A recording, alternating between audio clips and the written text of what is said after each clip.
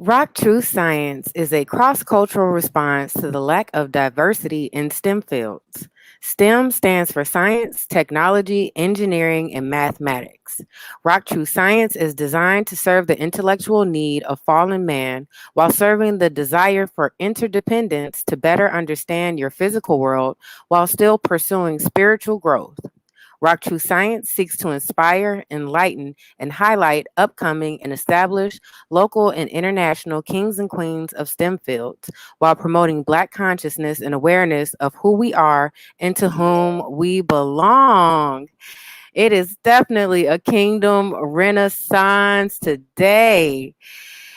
And we're getting into one of my more favorite topics. So we're going to be talking about some of the, well, more in detail, some of the alkaline earth metals, which is the second group.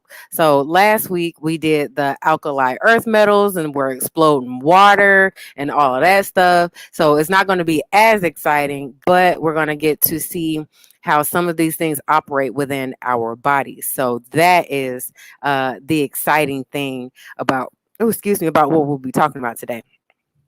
And the videos aren't too long. I think one is like 13 minutes, but it has like a ton of information. Is going to be probably mostly what we'll be covering in the later portion when I get ready to show it. But I ain't even gonna lie, because I made these lamb tacos, these lamb lettuce tacos, so I will be eating that when we're playing the video, because yeah, it's about dinner time for me, and I miss my lunch. So yeah. All right. So the second group of, let me get my notes together so I can stay on track a little bit, because we get into topics and then we get to getting all over the place, and I'll be like, did I talk? Make sure I talk about all the important points I wanted to reach. All right. So, the second group, our alkaline earth metals, you gotta love them, because they're so these they're the second oxidation state. So the first group, the alkali metals, have a +1 ionization charge. So when they are in a solution and they are in their ionic form, they have a positive +1 charge. The second group has a +2 charge, and then it kind of skips the transition metals and it goes to +3, +4, +5. Well, then they kind of start going negative then, so they have negative charges. And that's another nifty portion about the periodic table, is it also tells you their ionization energies in their ionization or oxidation states as well, sort of, because some of them, especially the transition metals, don't fall too neatly into this section because they have multiple oxidation states. Like silver, you can have either silver 1 or silver 2, so you can have a +1 or a +2 charge on silver. So that's why they're transition.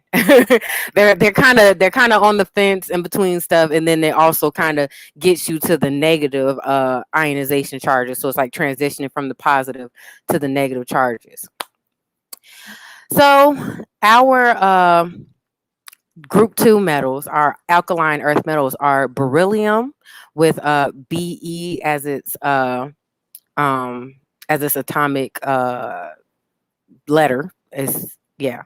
And magnesium with Mg, calcium as Ca, strontium as Sr, barium as Ba, and radium as Rd. Now, these, just like our alkali metals, as you go further down, so I actually read from top to bottom, and they get larger.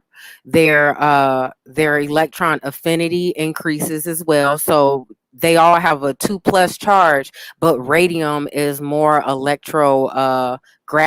more electron grabbing than beryllium. So you don't see strontium, barium, or radium in the body, at least not normally or natural or in large enough amounts to make a big difference in any of your body processes. So calcium, magnesium is definitely both of those are definitely integral to a lot of especially electron potentials and muscle contractions and all of that throughout your body. So they're in there.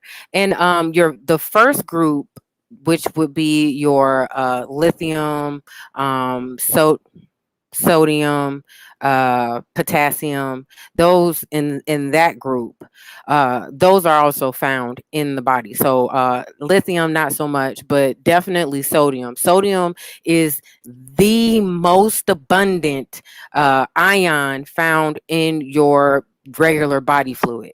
So in your bloodstream, so outside of the cells, in your bloodstream, in your interstitial fluid, in your body cavity and things like that, you'll find tons and tons of sodium hanging around because they have a super important job to do, and they're very readily available, especially in your neighborhood, your friendly neighborhood table salt.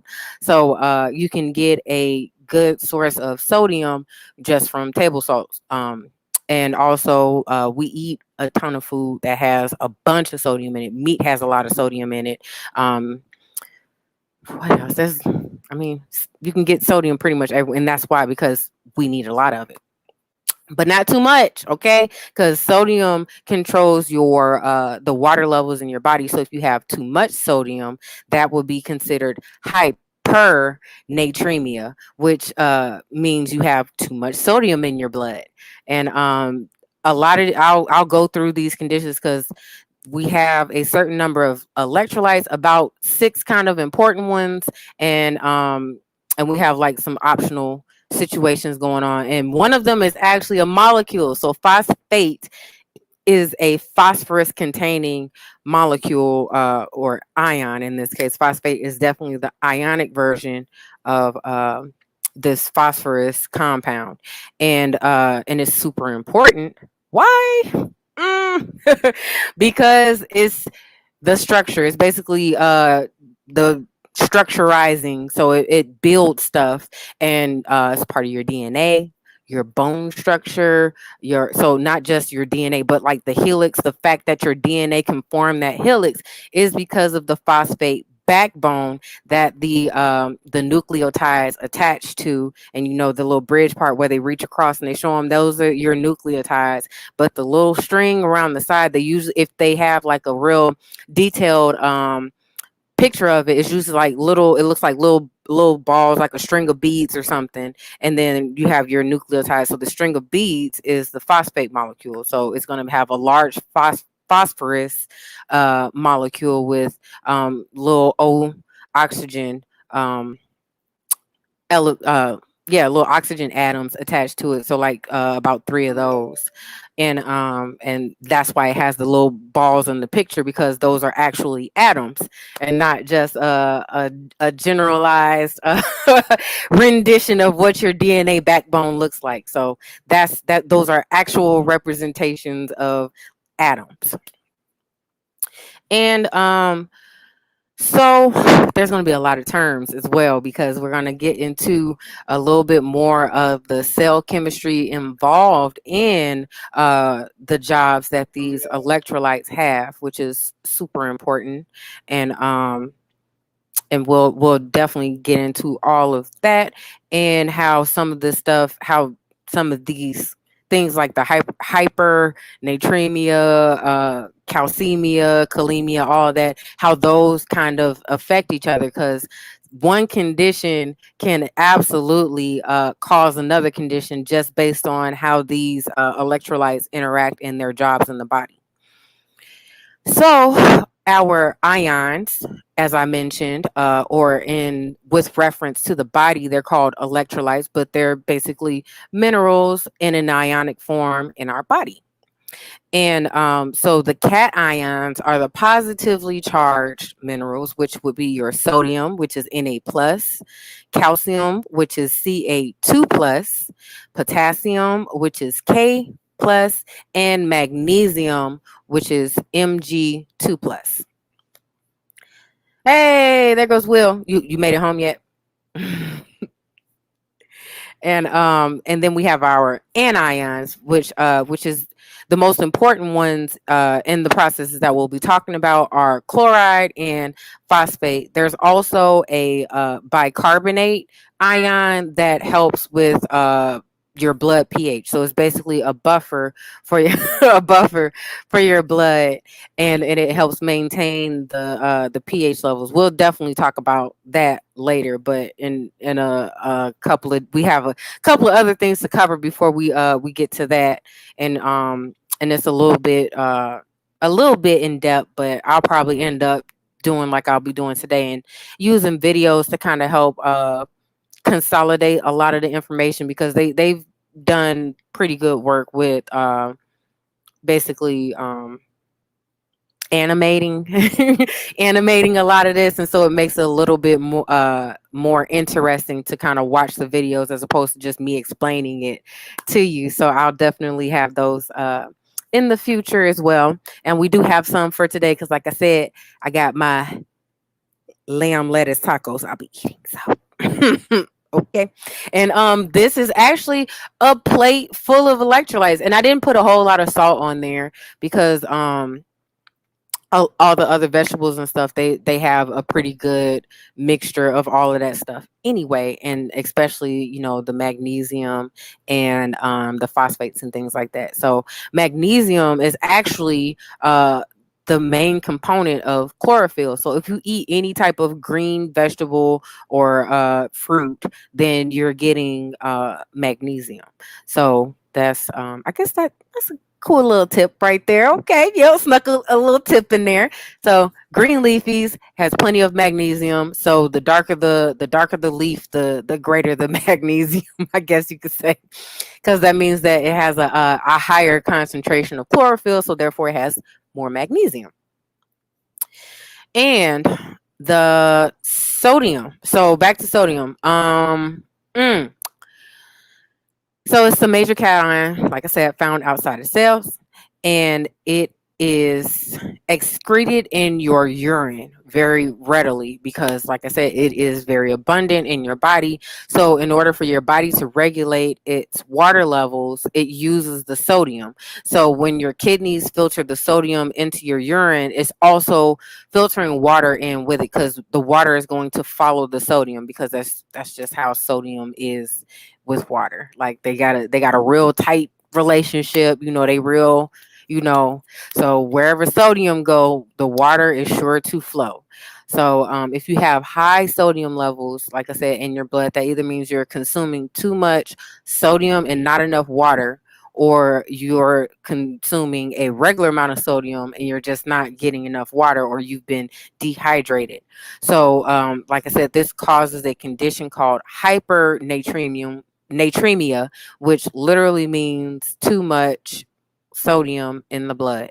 And this can come about from an extreme loss of fluid, like with diarrhea or a lot of vomiting. So if you have like the stomach flu, you could very well end up with hypernatremia if you don't, like, people tend to drink Pedialyte or Gatorade and things like that to keep their electrolytes up while they're losing all of this fluid through vomiting and diarrhea.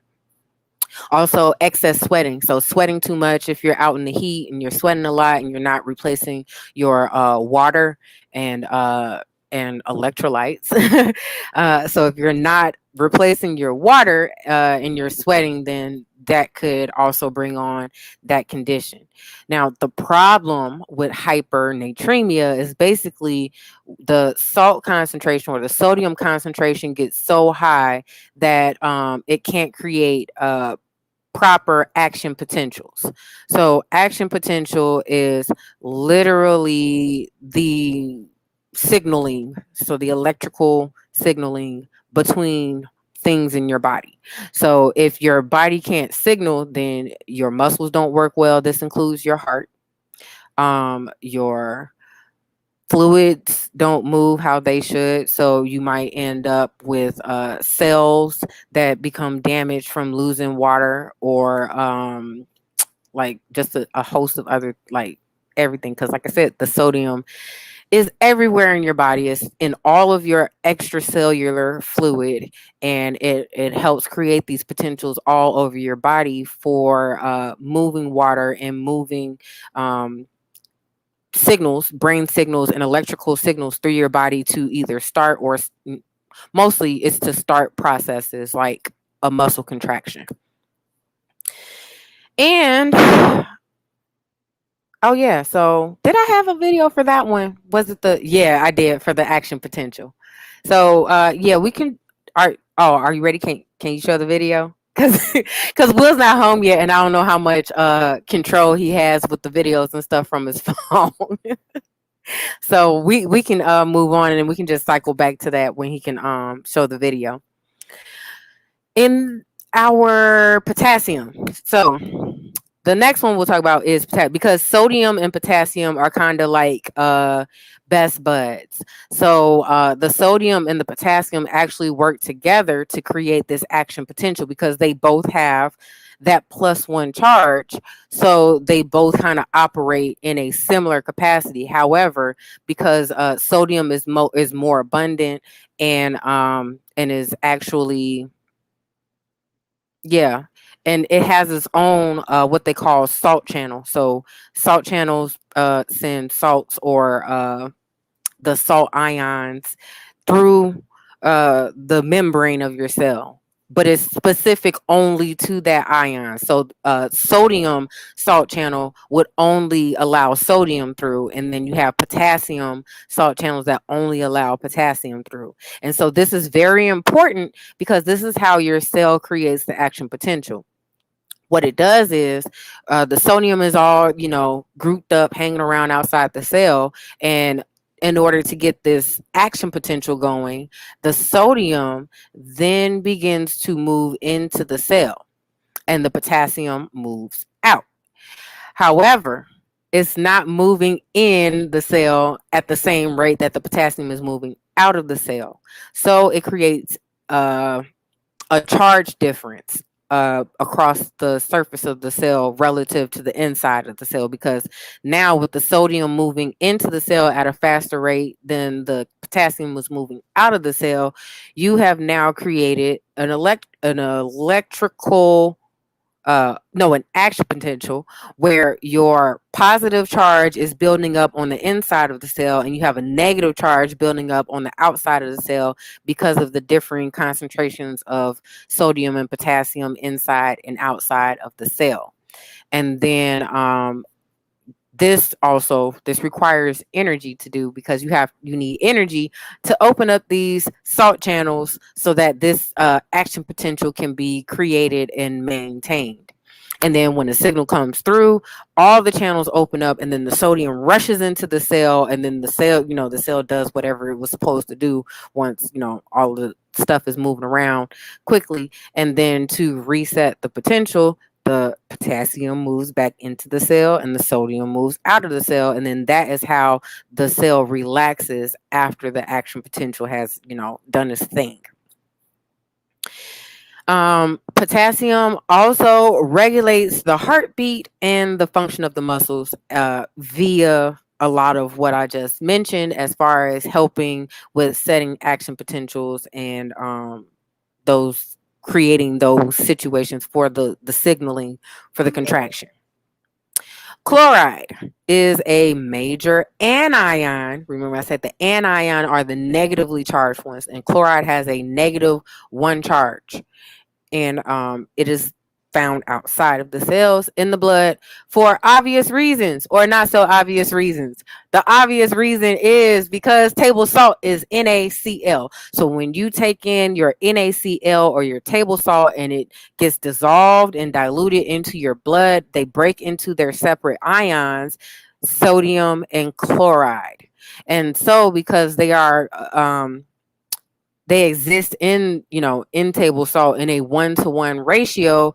When you because you need a lot of sodium, you're obviously going to end up picking up a lot of chloride along with it, because that's how our bodies can ingest this mineral. Because let's not forget, sodium is absolutely a metal. There is no confusion about that. Sodium is a metal, okay? And it exists in our bodies as an ion, and we can only take in this metal in its salt form without harming ourselves.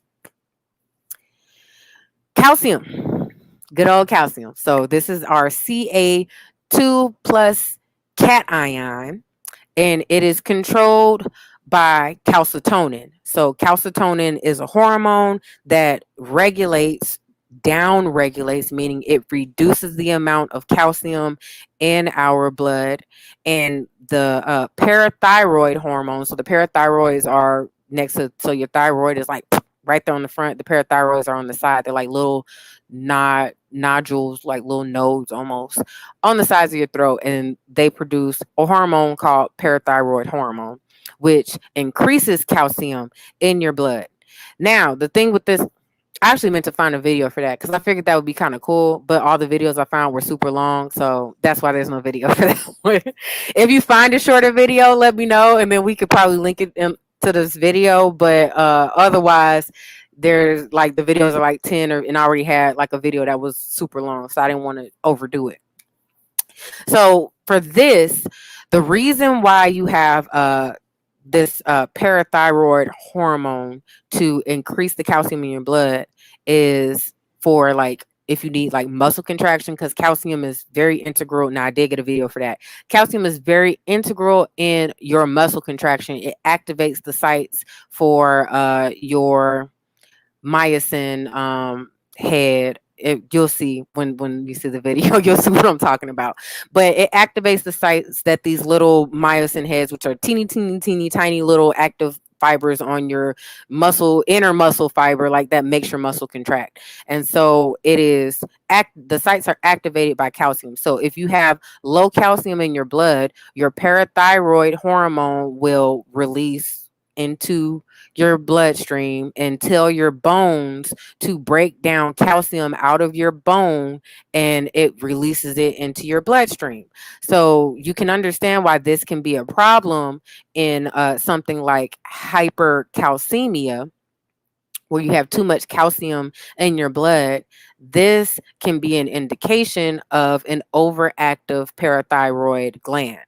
So and that can be a problem because you need your bones, and your bones aren't the only source of calcium, your teeth as well. So your teeth rely on having calcium, as well as, like I said, the phosphate to build its hard structure, and then the calcium deposits onto those phosphate kind of backbones, and the calcium makes it hard. So once it hardens, then you get that either enamel, or you get your bone, and the density depends on how much calcium your bones can store. And I think that was it for that one. Yeah, calcium has a very important job, but not a whole lot that it does outside of those things. And that's cool. But a cool little thing about calcium is that your body absorbs calcium better when you have proper vitamin D levels. So hypocalcemia, which is low calcium in the blood, could indicate that you might have varying levels of vitamin D. So you might have too much vitamin D, so your body is absorbing too much calcium. And instead of, because once it's in your blood, you can move it around, or you can excrete it, because they're ions. So your kidneys deal with a lot of these ions. And so if you have improper kidney function, it definitely results in an electrolyte imbalance, because your kidneys aren't filtering these things properly. And that creates the new problem. So there is now we're on magnesium. And that one is our Mg2 plus. So this is also a 2 plus cation. And this is called the Forgotten Electrolyte. So I'm not sure how it's been forgotten as an electrolyte. um, but apparently it has, and the scientific field has recognized that this occurs. Because they said it. I just found the information and made sure that I understood it so I could disseminate it. And they said it's been forgotten. So, magnesium is integral in the relaxation of smooth muscles that surround the bronchial tubes.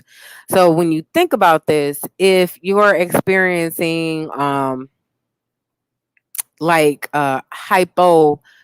they call hypomagnesemia, which is a low concentration of magnesium in the blood, you could very well have, issues with breathing, or like rapid breathing, because they're not relaxing to allow oxygen in.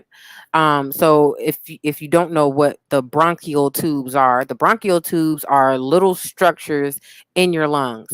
So your bronchi are these they're actually like little bulbs. They're like little air sacs, and they're surrounded by all these membranes and stuff that regulate the oxygen flow from inside the little sacs to into the blood.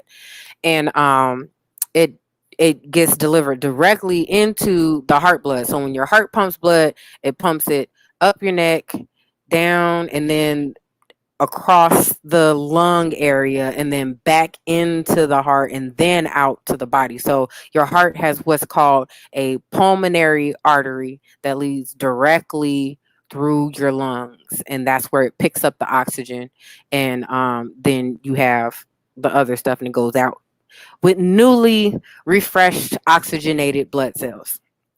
So if your bronchial tubes aren't properly relaxing, so when you breathe in, they relax to allow the sacs to expand. And then when you breathe out, they contract to help force the air out, faster. Well, not the air, but your CO2. So the breathing out is actually your CO2 that has been diffused from your blood. When your blood comes by to pick up the O2, it drops off CO2, and then the CO2 is pushed out. So you can imagine the problem that can be caused if your body isn't expelling enough CO2 and taking enough oxygen, because every cell in your body needs oxygen, every single cell. And so you can run into a number of issues, and that's we don't do issues. All right, we're solutions over here. So that's why it's important to get your magnesium, which is your green leafy vegetables. All right.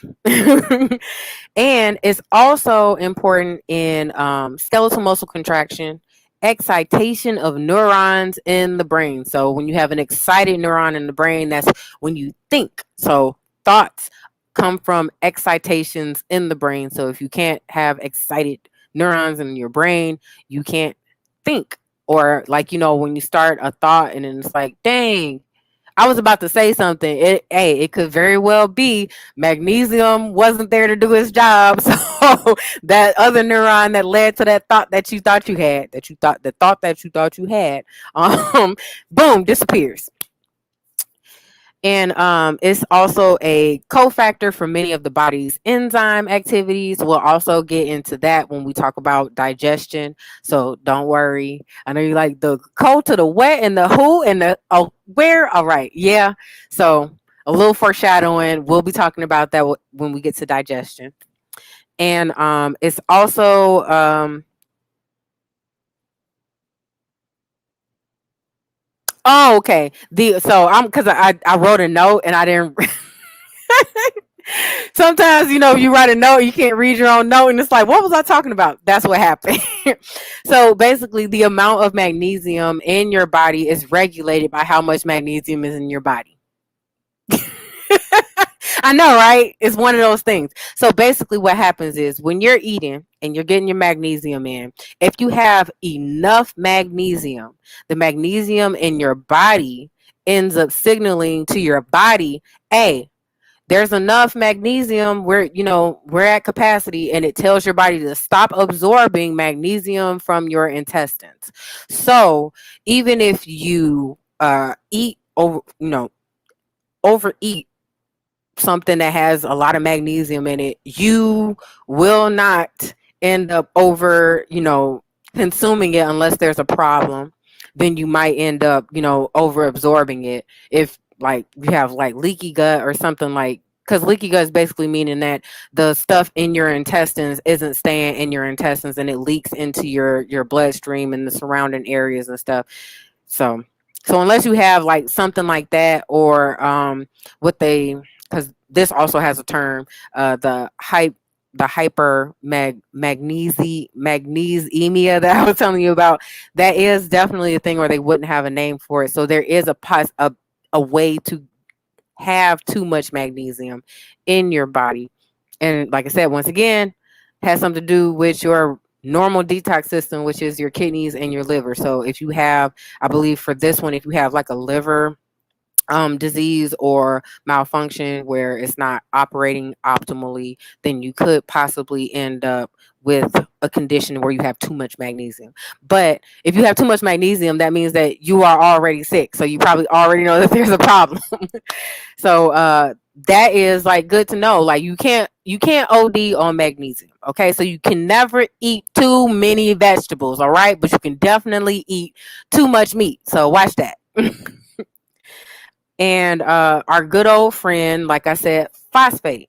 So it's found in 85% of phosphate is inactive, meaning it's not in its ionic form. So that's because it's in your bones. And like I said, your bones are a solid structure. Yes, they do, end up, you know, depositing and dissolving calcium out of it and things like that. And if you break it, of course, like if you break bones, of course, they have to regenerate themselves. But other than that, because they forgetting or writing I mean, like I said, the forgetting the thought thing could be caused by plenty of other stuff, but low magnesium may be one of those. And so getting enough vegetables can, easily solve that problem. So your phosphate mostly found in your bones, as it binds to the calcium, so you get calcium phosphate, and that's what inactivates it, and that's how it absorbs the calcium. Like I said, the calcium deposits itself on these phosphate kind of, it almost looks like a mesh web kind of matrix, and then the calcium just deposits in the phosphate mesh matrix, and it hardens as calcium phosphate, which is a solid precipitate. And you can easily precipitate calcium phosphate out of a solution. Like it looks like little, like if you pour phosphate in or calcium into a phosphate solution, you will see it like almost immediately precipitate out. Like it's a really quick reaction. And it's involved in energy production. Oh, this is okay. This is one of my favorite parts. So when I was taking human anatomy, we talked about like ATP, which is like your body's energy. So adenine triphosphate is the name. That's the full chemical name of ATP. And then what happens is the ATP comes in and it energizes some type of reaction. So remember those salt channels I was talking about? ATP is required to open those channels.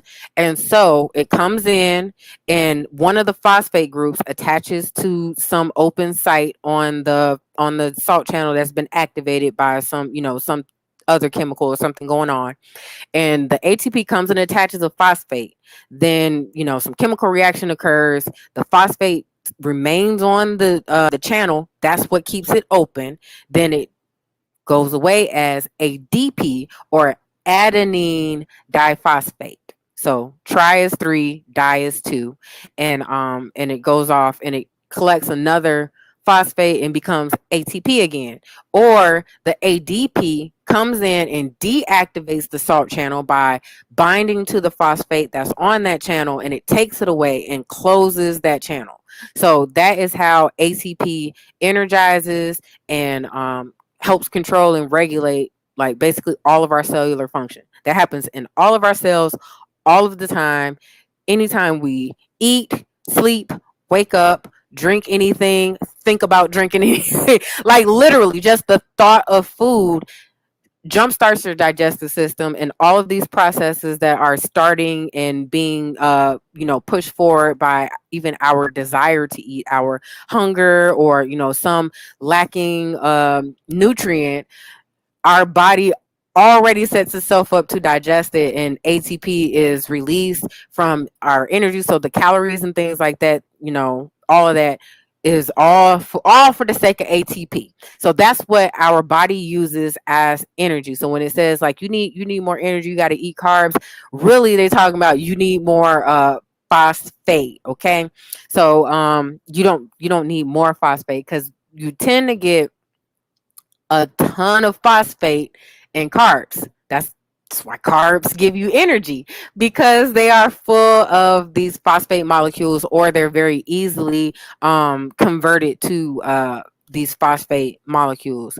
And so phosphorus containing foods and things also help generate these phosphates. And oh, time is like flying by. I didn't even think it would be it would be that late already. You got a question?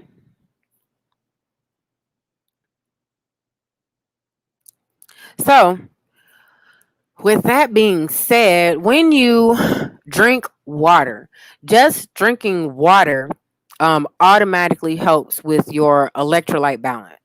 And so, because we know our body is mostly water, um, it's useful to at least have a sufficient amount of water for all of these processes to occur, and then you can kind of attack the electrolyte balance. But if you are already operating in a dehydrated state, you're going to have trouble balancing these electrolytes, especially because of the way the kidneys function and the way the liver functions. Because like I said, some of these electrolytes are actually processed by the liver, and most of them are processed by the kidneys, because like I said, in their ionic form, they essentially can just be washed out with your urine. And this is also why our water soluble vitamins are water soluble, because they have these ionic groupings on them, and they lend themselves better to a aqueous or water based environment. And then our fat soluble vitamins tend to well, like I said, fat soluble, they are better absorbed with fat or in fat. Yay, there he is. Oh God. I was doing everything I could to get home. Okay. Woo. Oh, yeah. So for what did I do with this? So because I think I have 3 videos, Okay. and one of them is the action potential for sodium.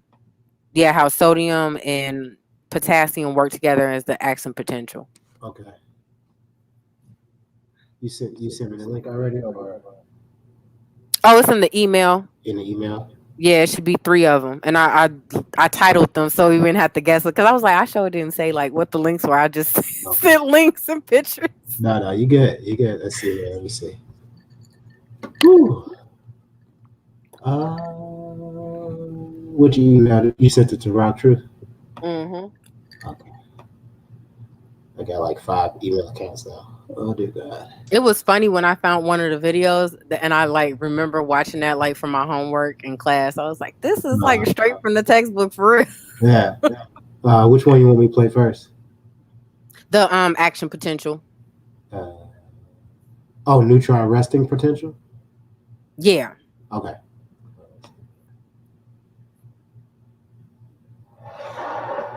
Oh. Can I do that? I guess I can. Yeah. right. Okay, here we go.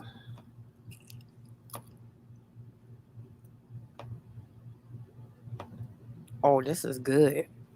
It's cold too. It's still good. What's that? I sauteed some peppers, so I found these shishisto peppers. They use them mostly in like Asian cuisine. Okay. So they have like, they're not as spicy as like jalapenos and stuff like that, but they have a nice like savory flavor. Yeah.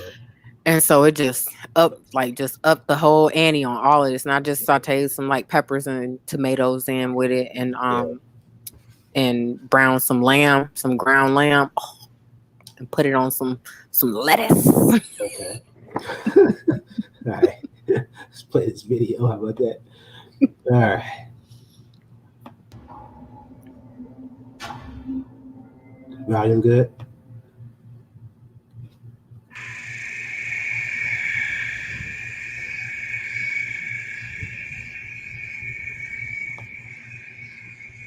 Unstimulated, neurons maintain a constant electrical difference or potential across their cell membranes. This potential, called resting potential, is always negative inside the cell and ranges from -40 to -90 millivolts. If a neuron is stimulated, the negative potential inside the neuron can be made either more or less negative depending on the stimulus. If potential is made sufficiently less negative, it reaches a level called threshold, and an action potential is triggered. During the action potential, the neuron suddenly becomes 20 to 50 millivolts positive inside. Action potentials last a few milliseconds before the cell restores its negative resting potential.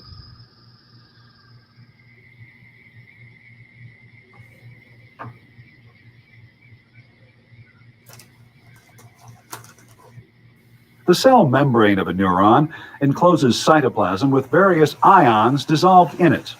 The neuron itself is immersed in a salt solution, the extracellular fluid. The ions of the cytoplasm consist mainly of positively charged potassium ions and large negatively charged organic molecules, such as proteins.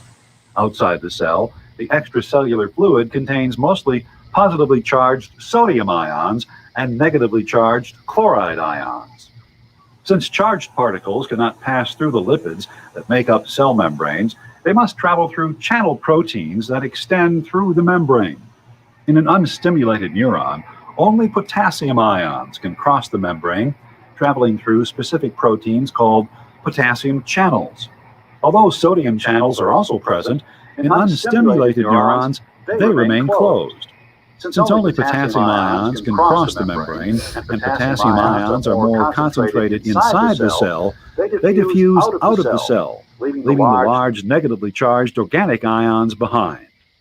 As more and more positively charged potassium ions leave, the inside of the cell becomes increasingly negative. But since opposite charges attract, as potassium ions diffuse out, an electrical force develops that tends to pull them back inside. At some point, the diffusion of potassium ions out of the neuron due to concentration differences is balanced by the electrical attraction tending to pull them back inside. This is the point at which neurons reach resting potential. Reaching resting potential in this way does not require significant changes in the potassium concentration inside or outside the cell.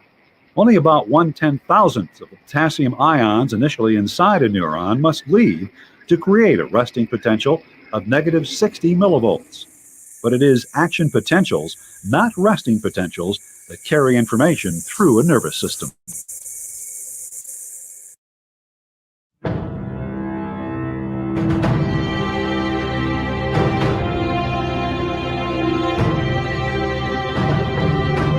I don't know why they have this so dramatic at the end. You would think it's like a Marvel production. The way they got this, like this is the last action hero or something. I know, right? Hey, it's the last action potential. Starring sodium and potassium. But yes, that is how your neurons work. That is how, and so the neurons, they're not just in your brain, they're all over your body. So this is what's occurring all over your body. Anytime anything needs to occur in your body, this is what has to happen within the cell, the signaling cell first. She said like a soap opera, right? Activate muscle contraction and the biochemical details of Oh, cross-linking no, and stop sliding. talking. I think it's starting to play again. Yeah, I got the second one going.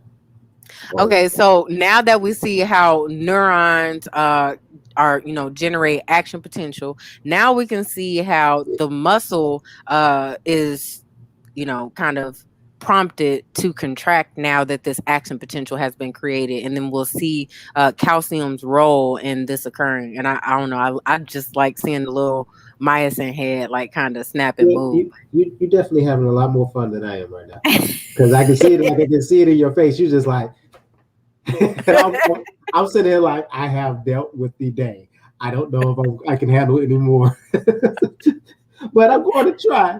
I'm going to absorb what I can. Right. Hey, we got RockTrue beats after this. I know. Trust me, I am aware of the time. I am so hurting right now. It would be one thing if the day wasn't such a long day. Today was a long day. No, I feel that one. I had dozed off for like 30 minutes. I woke up. Wait, who? Get your hand on my pocket. when I was getting the videos together for the day, I couldn't tell you. I was like, that's what it is. I need food. Yes. See, he knows the peppers. Yes. Yeah, he knows the peppers. Yes. Life changing. I got a whole bowl of them too. I'm gonna find other ways to like put them on stuff. Oh, okay. So this is how calcium activates, like I said, the little sites for your myosin to attach for your muscle contraction. Now, this is what's happening on the microscopic level when you walk, sit down, and even in muscle like contraction to stabilize yourself. This has to occur to tighten and tense the muscles. All right, you can go ahead.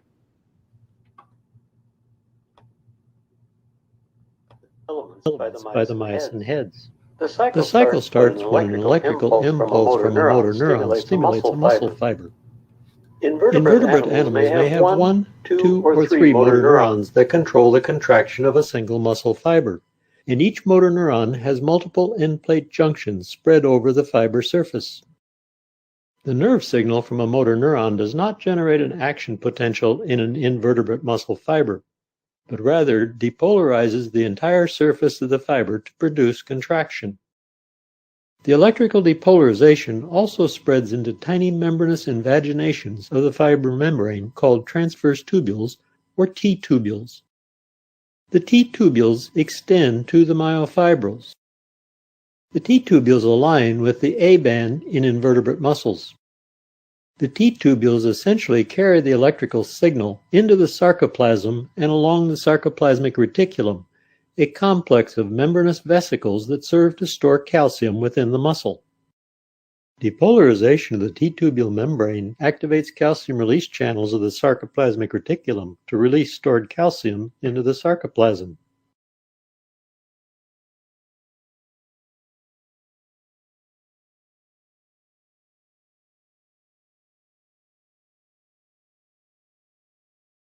The released calcium then initiates the muscle contraction by binding to a protein called troponin. Calcium-activated troponin causes a conformational shift in the protein tropomyosin, which winds around the actin helix and blocks the myosin binding sites on the actin molecules. This frees the actin molecules to bind the myosin head units. The contraction cycle starts with the myosin head bound to adenosine triphosphate, ATP.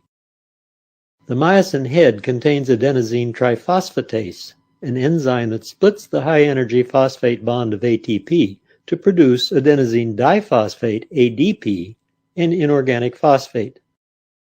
The resulting ADP and inorganic phosphate remain associated with the myosin head, which is also charged with the energy released by the splitting of the high-energy phosphate from the ATP. To start the contraction cycle, the myosin head attaches loosely to actin, then releases the inorganic phosphate, which causes tight binding with the actin. After tight binding, proteins in the myosin head undergo a conformational change that results in repositioning the angle of attachment between the myosin head and the actin. The shift to the new conformation pulls the actin along the myosin. After pulling the actin, myosin exchanges ADP for a new molecule of ATP. This results in release of the myosin head from the actin. The myosin head resumes its relaxed conformation and position, and the cycle is ready to repeat. Let us watch the cycle repeat several times.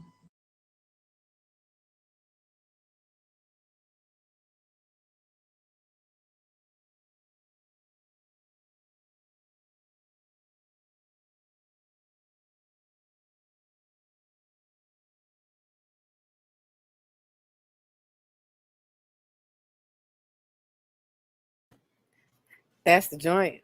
That's the jam. Turn it up and play it again. Because I'm like looking at it, I understand what's happening, but I've never had I've never gone this far into like, yeah, this is it's different. Like it's like being like right here and like, so you contracting now. Oh, okay. Let's talk about action. So yeah, it's definitely a different way to see things, because it's like when you think about it, like if you can't understand, like if you've never seen it at that level, it's hard to understand or visualize or conceptualize. So as an athlete, so mind you, I'm learning this stuff while I'm in high school too. Right. So I'm running track, I'm playing soccer, and I'm thinking of this as I'm using my body. Like, oh, my ATP is and so I'm thinking, I'm like, where can I get some ATP? So I'm like, pizza, so I'm carbo loading and all that. And that's why athletes do that. They probably not eating pizza, but there's other things they do carbo load on. And you can definitely carbo load on vegetables and healthy fats and oils like olive oil, avocado oil. So I was young and I had a super fast metabolism. So as long as I wasn't eating the pizza right before I ran, I was pretty good to go. But now I can't do that. So even though I am generally active, carbo loading on something that like is high in all types of stuff that my body isn't quite metabolizing as fast, that's going to, show a little bit quicker. And then also those muscle contractions are happening a little bit slower. Okay. So does that cause, is that part of our metabolism? Like what we just saw, is that how our metabolism operates? The ATP versus the ADP? Like sort of yes and no. So the compounds that provide the phosphate for the ATP and the ADP comes from the food that we eat, but they're not in the food as ADP or ATP. Our body makes that. The mitochondria in our cells, that's where that whole chemical process occurs. Okay. Yeah. That makes sense. All right, bet. Yeah, I learned something today. All right, you want this last one? Yeah, so this is the long one, and this kind of brings everything together, and it tells you, and I love how he like draws it out and shows you the different spacings and stuff where the cell is and the fluids and all of that stuff. So this is the long one, and I'm gonna eat my tacos.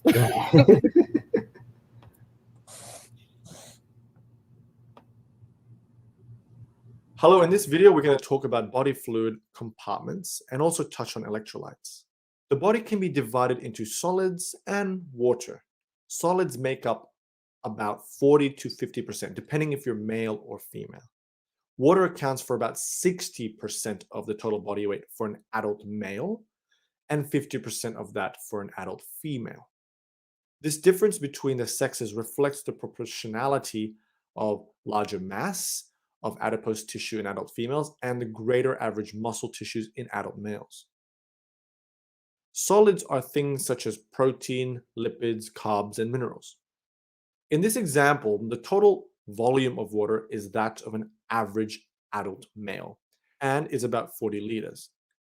The total body water is distributed into two fluid compartments, the extracellular fluid, ECF, and the intracellular fluid, ICF. ECF is about 1/3 of total body fluid, which means about 15 liters, let's just say. The ICF is 2/3 of total body fluid, which is about 25 liters. ECF can be further divided into the plasma, which is fluid in the circulation. Fluid in the circulation make up about 20% of the extracellular fluid. The remaining 80% is found in the interstitium, which is fluid found between the cells. The intracellular fluid, ICF, is basically fluid that's inside the cell, and as mentioned, is where most of the total body fluid is found. Inside the cell means basically where the nucleus is, and again, the nucleus holds the cell's DNA. We mainly get fluid from drinking water and eating food. And so the main fluid input is basically from the gastrointestinal tract. We need roughly 2,500 mils per day, which is required to balance your average water loss.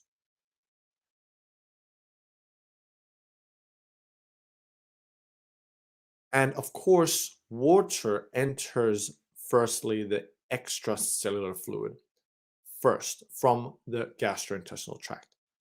Water can then move between the different fluid compartments in the body like so. Intracellular fluid contains 2/3 of the total body water. And again, extracellular fluid contains the rest, only 1/3. Really important to understand that water moves passively between fluid compartments, either via channels or between cells. No need for active transport. No need to spend energy to move water between fluid compartments. Movement of water occurs passively in response to osmotic gradients. To demonstrate this concept, imagine a jar like this represents your body. A semi-permeable membrane separates the jar into 2 compartments. You have more solids on the right compartment, and through osmotic gradient principle, fluid will shift to the area with more solutes, and this is osmosis. We talked about fluid input through the gastrointestinal tract. Fluid output occurs through other routes: the kidneys, the gastrointestinal tract, the lungs, and the skin. You lose about 2,500 mils of water each day. Sometimes fluid accumulates in the interstitium, for example, due to disruption in solute concentration across the plasma and the interstitial space. The body has ways to fix this, and this is through the lymphatics. Fluid may also travel from the interstitial space to the plasma through the lymphatic vessels that drain into the venous circulation. Let's now talk about electrolytes. Now we have many electrolytes that are distributed throughout the body's compartments.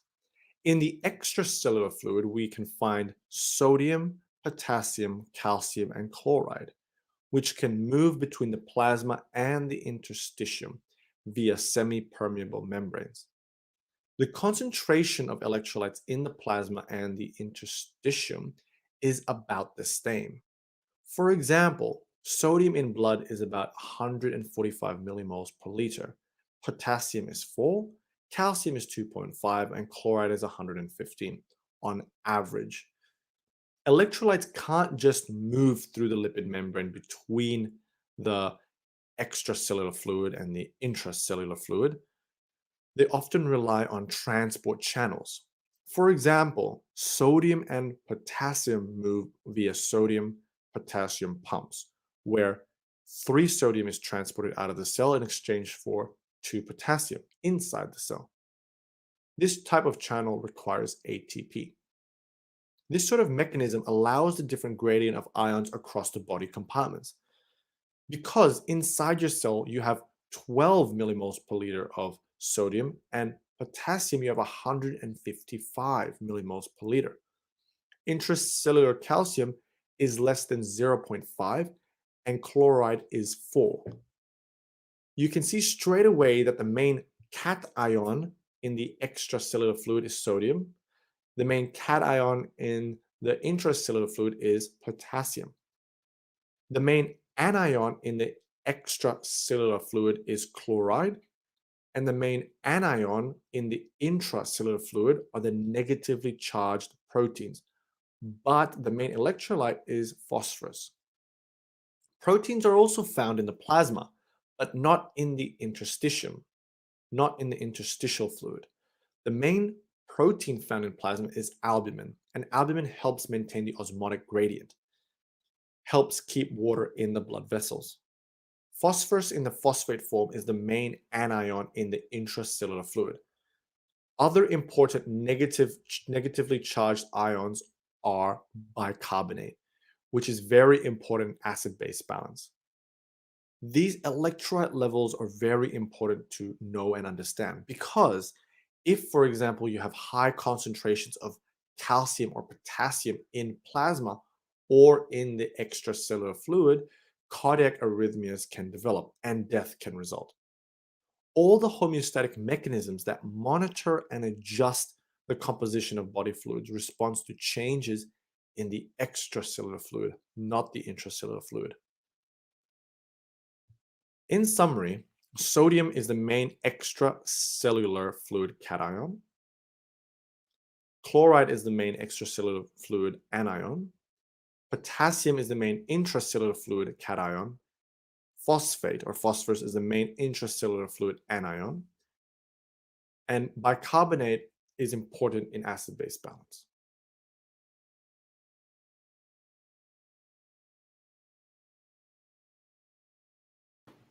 Because that's what my brain does. Oh, my brain does that. That's funny. But that was a very nice, concise wrap up of how these electrolytes, these ions.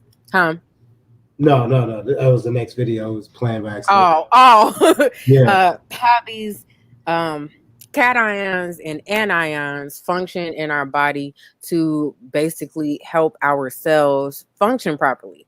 So when these are imbalanced, a host of things can go wrong. So a lot of times, if your nutrition, your hydration, so let's start there. Your hydration. So people are like, how much water should I drink a day? Like they say the standard is like 8-ounce glasses. So like 64 ounces. Right. 64 ounces is like the bare minimum. Honestly, and for some people, the larger you are, the further from okay that 64 ounces is going to be. Right. So a better rule of thumb to go by is about 1 gallon of water per 100 pounds you weigh. So yeah, so I weigh 210 pounds. So I need 2 gallons of water a day to have a proper, electrolyte balance and hydration and all of that stuff, and have the perfectly glowing skin and all of that stuff. So I'm struggling to get to 1.5 gallons as we speak. Because I spend most of my day, busy or like not thinking about it, and then I'm not wanting to run back and forth to the bathroom, so I tend to drink less. But you're getting your water from other places too, right? Not just, for certain. Yeah, right. So so also that. Yes, sources of water. So your fruits and vegetables are also sources of water. So when you eat more of those, you actually increase your cell hydration. And cucumbers are very good at doing that. Watermelon, hence the name watermelon, because in some, places and instances when that was first, around as a fruit, it was like the biggest source of water. Right. And very hydrating too, especially if you're in the sun. Black people know. And exactly. No, that's where that stereotype came from, because working in the fields, the first thing you want to grab is a piece of watermelon, because it's giving you electrolytes, because watermelon doesn't just have water, it has all of these things that we had, we just talked about. And so it's basically like eating a bottle of Gatorade with less sugar. Right. That's what my back in the country, when I we was down south, that's what my uncle would do. He wouldn't cut up a watermelon. He would cut it, and then he would like put a hole in it and drill into it, or he would do something, squish it up, and he would serve that as a drink. and he would like bottle it. So he had bottles Probably a and bottles. submersion blender. Once you cut a hole in it, you can put the blender in, and the submersion blender will blend it inside it. He was old school. He probably just took a spoon and Right. Yeah, but it used to trip me out because I'm like, what is this? And he's like, it's watermelon juice. Finally, right? Watermelon juice. Like I didn't even know watermelon had juice in it because it didn't make sense. Like to me, I'm eating the watermelon, the juice I didn't think that was juice. I thought that was just watermelon. No, he said you if you do this, you get more of the liquid of it and not the fiber of it, and it hydrates you faster. Yeah. Mm-hmm. Yeah. Yes. And that is, and also to taste it, and her coffee. Yes, coffee counts as water. So if you drink coffee, because if you think about it, your coffee is mostly water. Yes. The coffee bean, is dissolved in the water, and so that's how you get access to the caffeine in it. Yeah. But as I mentioned on my accountability video in my group for my hormone balancing program, I am kicking the coffee caffeine because it does have other side effects. Like it can make you jittery. It is addictive. And if you drink it every day, you can have withdrawal effects if you stop drinking it or you don't drink enough. So the headaches, fogginess, the drowsiness, lethargy, all of that stuff, those are withdrawal symptoms from coffee caffeine. So I switched to a green tea or a black tea source of caffeine, and I don't have those side effects. So I'm liking the change. Black tea for me was worse. Really? I tried to switch over to just black tea. I stayed up, like it caused me to stay awake. It might be because, like I said, it is a different kind of caffeine, so it binds differently, and it does have different effects. So if you are not caffeine sensitive, then you might not experience such a great shift. Like I'm not caffeine sensitive. I can drink a whole pot of coffee and go directly to sleep.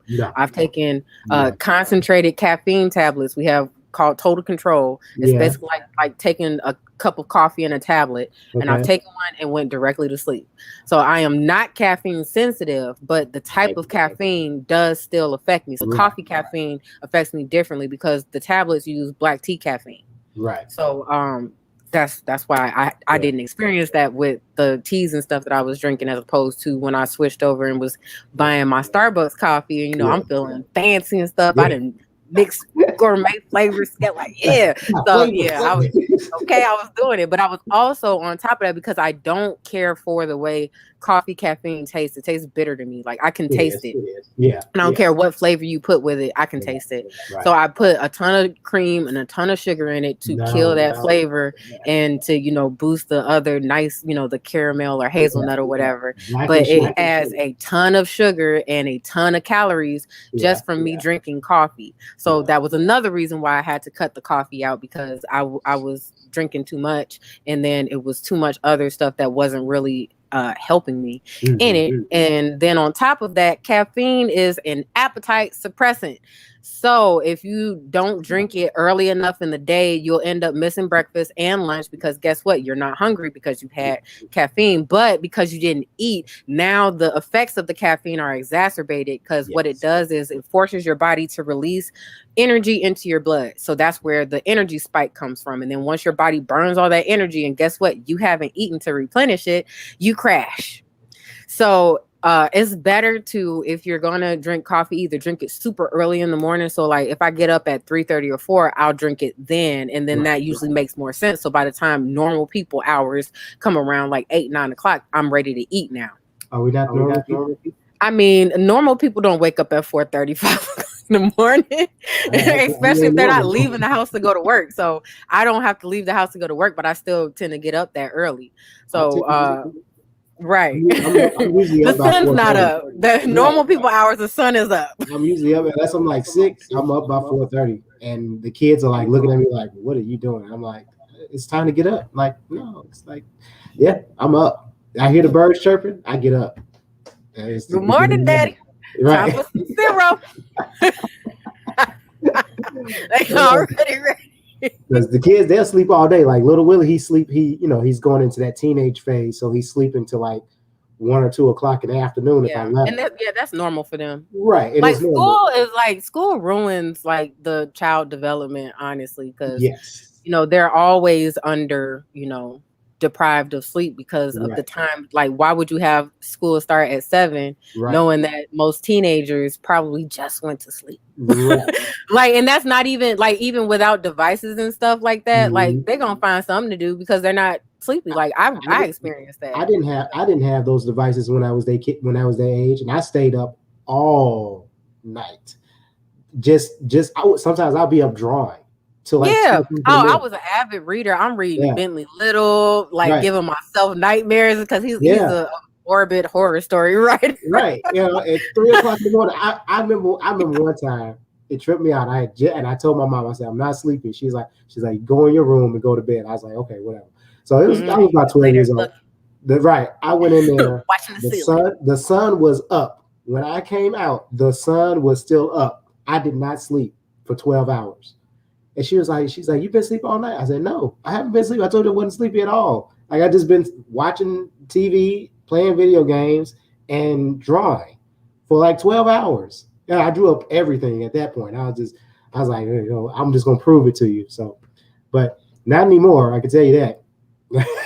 Hey, well, I mean, you don't have to take our word for it. The National Sleep Foundation, I forget they real name, but they're a National Sleep Society Foundation, and they even said that teenagers have a different circadian rhythm from everybody else. So babies sleep a ton, and then teens don't sleep as much, but the time that they sleep shifts. Right. So, I mean, you would think that, the public school system or even private schools would take that into account, but they don't. And then they try and grade and compare and quantify your child's performance based on a skewed system. So it's like, who can operate best sleep deprived? Go. Who can drive this car with their eyes closed? Exactly. And then that's when nutrition becomes the big deciding factor, because now you have to accommodate all of the stresses that the body is under from sleep deprivation with food now. So they're going to need a much better nutritional base to support a sleep deprived body than if they were getting enough sleep. And so those disparities are exacerbated in underprivileged, low-income families. So if they're not getting proper nutrition, and because of the way the school system is set up, they're already not getting enough sleep. Now you have children who are, they're already starting, 3 legs behind in the race of education and, opportunities from that. So that is why we are here. Okay, so we can and then the thing about that is that even though naturally their circadian rhythm shifts, you can train the circadian rhythm onto a different time schedule, but it takes active and involved steps from both the child and the parent. So they have to want to do that, and then you have to support them in doing that by helping them stay on track. And then eventually, I think I was watching a video. I want to say it was on Netflix. Yes, it was on Netflix. They have a whole series about sleep, and they have all these cool little, tips and tidbits and, myth busts and stuff about sleeping. It's from the Headspace people. And they followed this girl for 6, I think it was it took her 8 or 11 weeks or something to get into a rhythm where she shifted her circadian rhythm to be in line with her school and her regular life and still get enough sleep. So I mean, that's something and I think she was a senior in high school, so that sale. But with that in mind, you can keep this in mind when you start seeing your kids stay up later and later. You can use this as a guideline to kind of help reel them back in, and this includes the breaks, summer break, spring break, weekends, all of that. In order for it to be a habit, it has to happen the same every day. So even if they have a day off from school, they still should be in bed at the same time that they normally are and wake up at the same time. They will have the same amount of time out of school, but their sleep pattern will not be disrupted. So if they want to stay up late, don't let them. You can do this in the morning. Good night. Go to bed. Okay. Have you seen that video?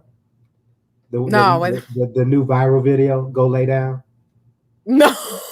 What? I probably did and didn't know that it was viral. It's viral now. Yeah, go lay down. Oh yes, I did. Yes, Selena shared that with me. Yes, that was hilarious. I saw all the add-ons.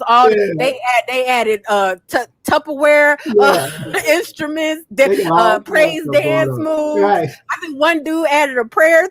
Oh wow. Yes. Wow. Oh, you know our people are very creative, and we love like the montages. I love that when people just ask.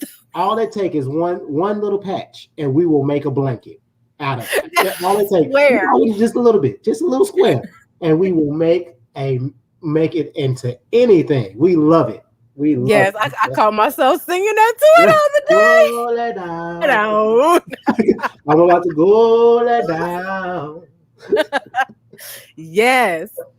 So and that's the crazy thing, like how much sleep you get absolutely determines how well your body functions, and also your electrolyte balance. Your electrolytes can definitely become imbalanced because a lot of these, I believe it's magnesium, plays a very important role in your body's production of melatonin.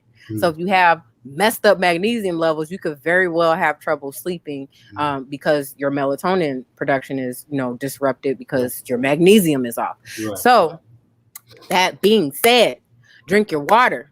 If you had at least a gallon, don't listen to these. Don't let these people send you off and tell you 64 ounces. They about to have you walking around here dehydrated, especially in the summertime. Don't do it to yourself.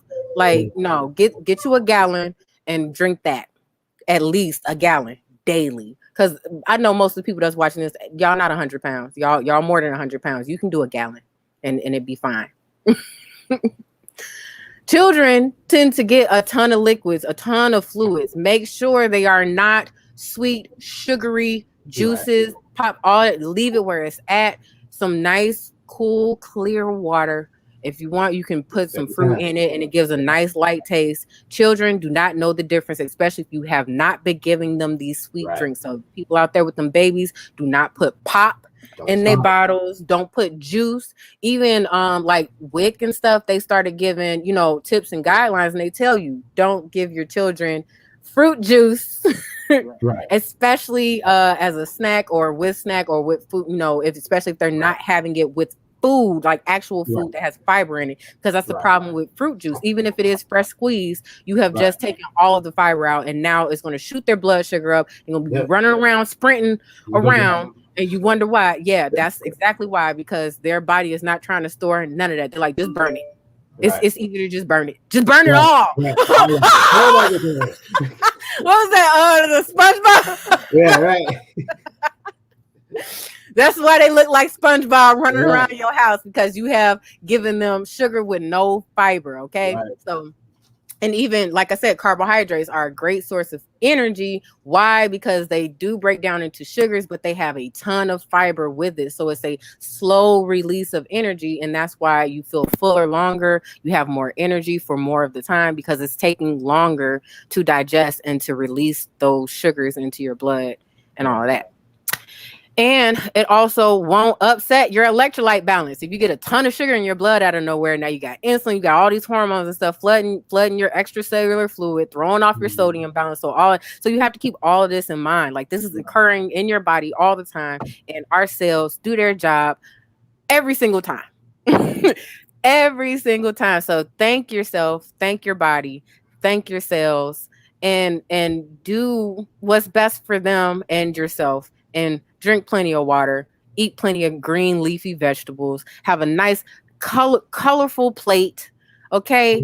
Yes. Most of these are peppers. So these are almost all peppers on here. I have shishito peppers. I have my baby sweet peppers. And then I also have, now this is actually a regular bell pepper, but it's a purple bell pepper. Yeah. So it tastes just like a green bell pepper, but it has a nice little color to it. And because it has that purplish color, guess what? It has a whole nother set of antioxidants and phytonutrients because of the coloring. So that's why you want to have a colorful plate, so you can make sure you're getting these electrolytes in the amounts that you need them. And it tastes amazing. Like, why not? Okay. Okay. So that's all I got for y'all today. It was fun. Yeah. Y'all saw me enjoy my taco, and I was getting my electrolyte balance together all while we was talking about our electrolytes. That's right. That's what we do here. We walk truth, and we live it all day. We still got more to do. Oh, absolutely. Y'all like meet I said, me over there. on beats. Over there. Beats. We're gonna hit you over on beats in a few minutes here. RockTrue Beats is next. RockTrue. That's hey, you know what? Let's switch out. We got our own lineup now. Yeah. Think about it. Yeah. Like a lineup in one day. There's 2 shows. Guess what? Up next, RockTrue Beats. Is oh my gosh, whoever thought we would be saying that, right? Okay, I know, right? Starting to feel like BET out here. But that's how it's got to be. Like if you're not finding the content that you want to watch, make it. Yep. It's really that simple. Like that's what the internet has done for us today. If you can't find it, you can make it. And guess what? If you build it, they will come. They will come. Yes, they will. All right, I'm playing us out. All righty. Yeah.